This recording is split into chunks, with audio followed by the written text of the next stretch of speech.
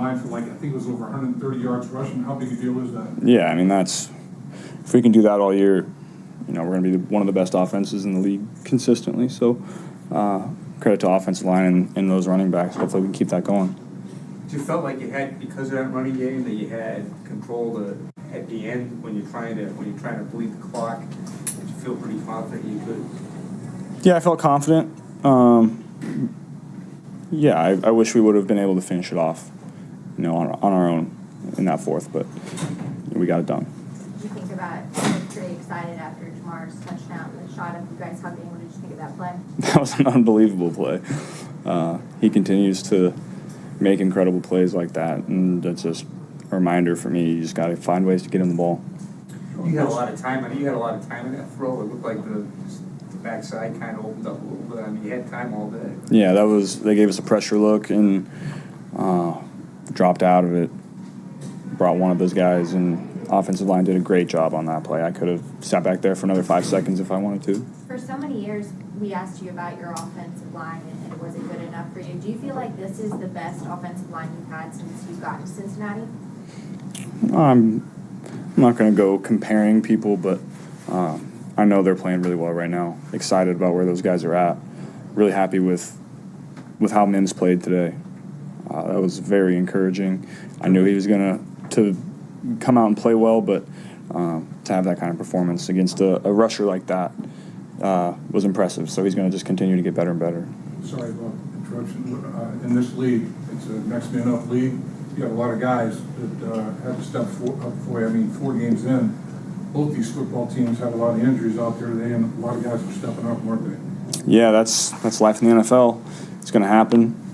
So if you're on the roster, then you got to be ready to go, because you never know when your number's going to be called, and it usually will get called. You talked about picking your spot to speak up throughout the week. What led to you talking before the game? I'm not going to go out of my way and be somebody that I'm not, but when I have something to say, I'll definitely step up and say it. What did you say? What was your message? I'll keep it in there. Why did you decide that you were going to do that? I don't know. When we got here today? You got here today? Yeah. Is it something you thought about, in a hotel on the bus right over, or just you're just like, yeah, I don't want to go? I don't know. Just felt good. Felt right. It's not the first time you've done it, is it? I'm not a big pregame speech guy. I'm get my mind right and try to stay as calm as possible, because emotions are high pregame, and it's an intense league. So I always just try to keep myself as low and as even keeled as possible. Does that kind of underscore how important this game? Defense got the ball back for us, and offense went down and scored. They got the turnover, and the defense went down, and the offense went down and scored. So that's the complementary football we've been looking for.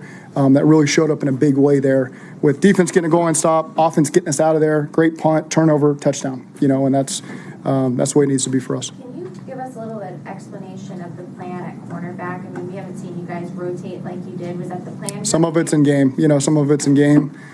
Just as the game evolves, I think overall DJ Turner has really practiced well, and very limited opportunities done well. He had the pick against Kansas City that got called back, and so sometimes it's just about guys deserving an opportunity, not so much about what's happening with other guys. It's more so about DJ focusing and doing things the right way, and finding a way just to get himself on the field, and I think that's what DJ's done for us. When the defense is allowing points, how important is it for the offense and for Burrow, for everyone to stay aggressive, to keep pushing the ball and keep playing with that mindset? The first half was a strange one, because the first 3 possessions we had were backed up, red zone, and then we scored in 4 plays on the 3rd down. So it was a strength. The defense was out there, obviously getting a lot of normal snaps. Offensively, looking at the normal play call sheet, there was nothing called.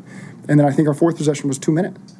So you kind of go into halftime with your whole plan. You haven't really gotten a chance to call yet. And so just kind of a strange way that unfolded, and was happy we had 21 points there. I thought the offense executed the situations we were in. During the 4 TDs in a row there, what opened up for you guys? Did something start to click for you guys offensively? No, I mean it's hard. I count the first drive. The ball got tipped on what was going to be a conversion there.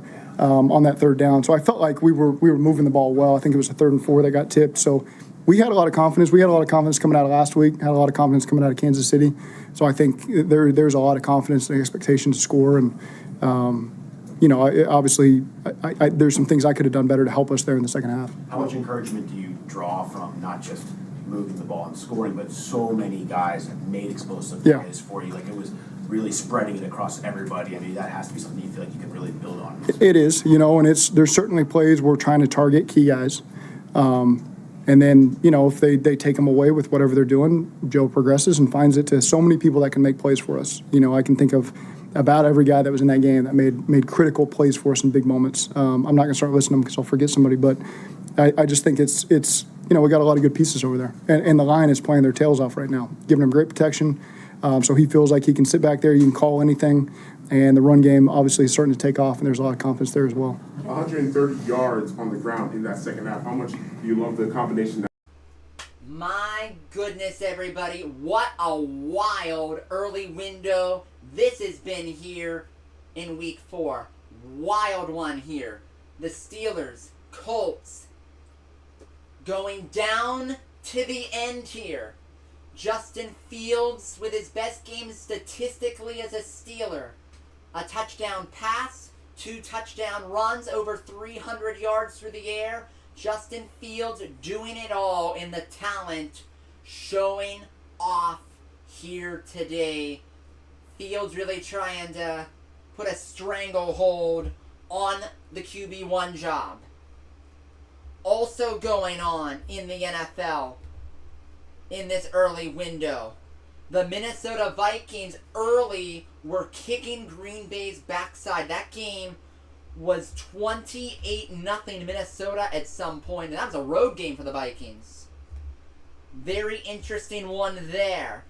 The Packers have trimmed it to a 9-point game, but Minnesota 6 minutes away from an impressive win. The Atlanta Falcons in Coup of Atlanta just kicked a 58-yard field goal that's going to win Atlanta the game over the Saints. That one was a thriller that came down to the end. The ugly game of the day, Broncos and the Jets. Can Aaron Rodgers lead New York with a game-winning drive to come back to win that game over Sean Payton and get revenge for his OC Nathaniel Hackett?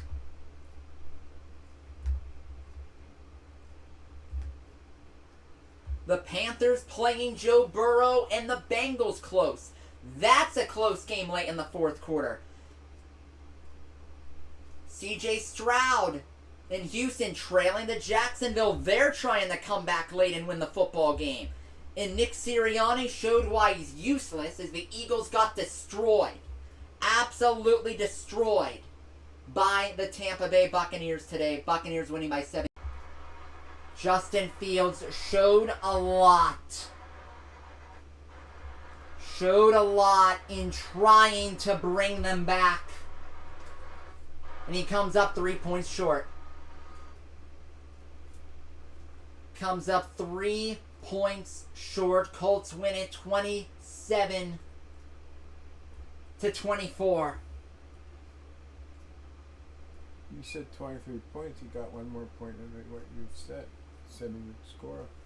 Justin Fields, the effort in trying to put the team on his back was impressive. He threw for 312 yards. He ran for 55 yards and 2 scores. The fumbles and the defense didn't look good. Defense looked lethargic. Yeah, the Steelers were about there. They were about in as good of a spot there as you could have been coming out of that 2-minute warning. They had the first down over the 40-yard line. I keep Fields in there for next week. Yeah, they had the first down near midfield. They were driving. They were in a rhythm there. And the snap that either Fields wasn't completely ready for. He wasn't completely ready for it. Or it came and he didn't expect it.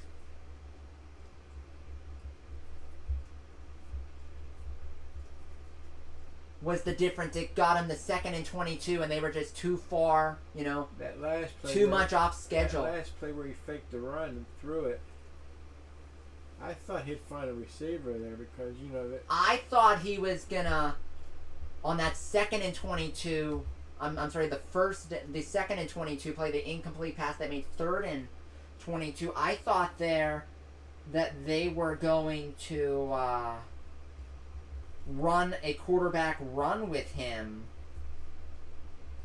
and, you know, try to get about, you know, 10 or 15 of the yards back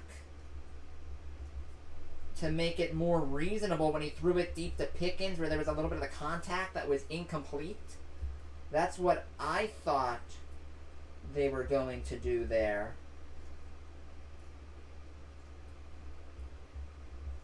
But they did not.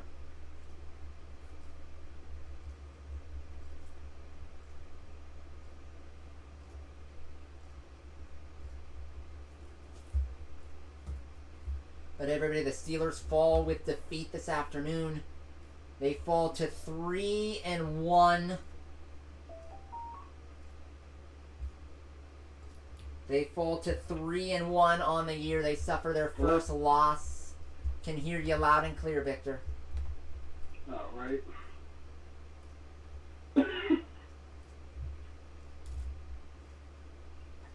You see that? Yep, Justin Fields showing a lot, but not enough in defeat. Yeah. Just saw Houston here take the lead over Jacksonville late. A lot of close games in the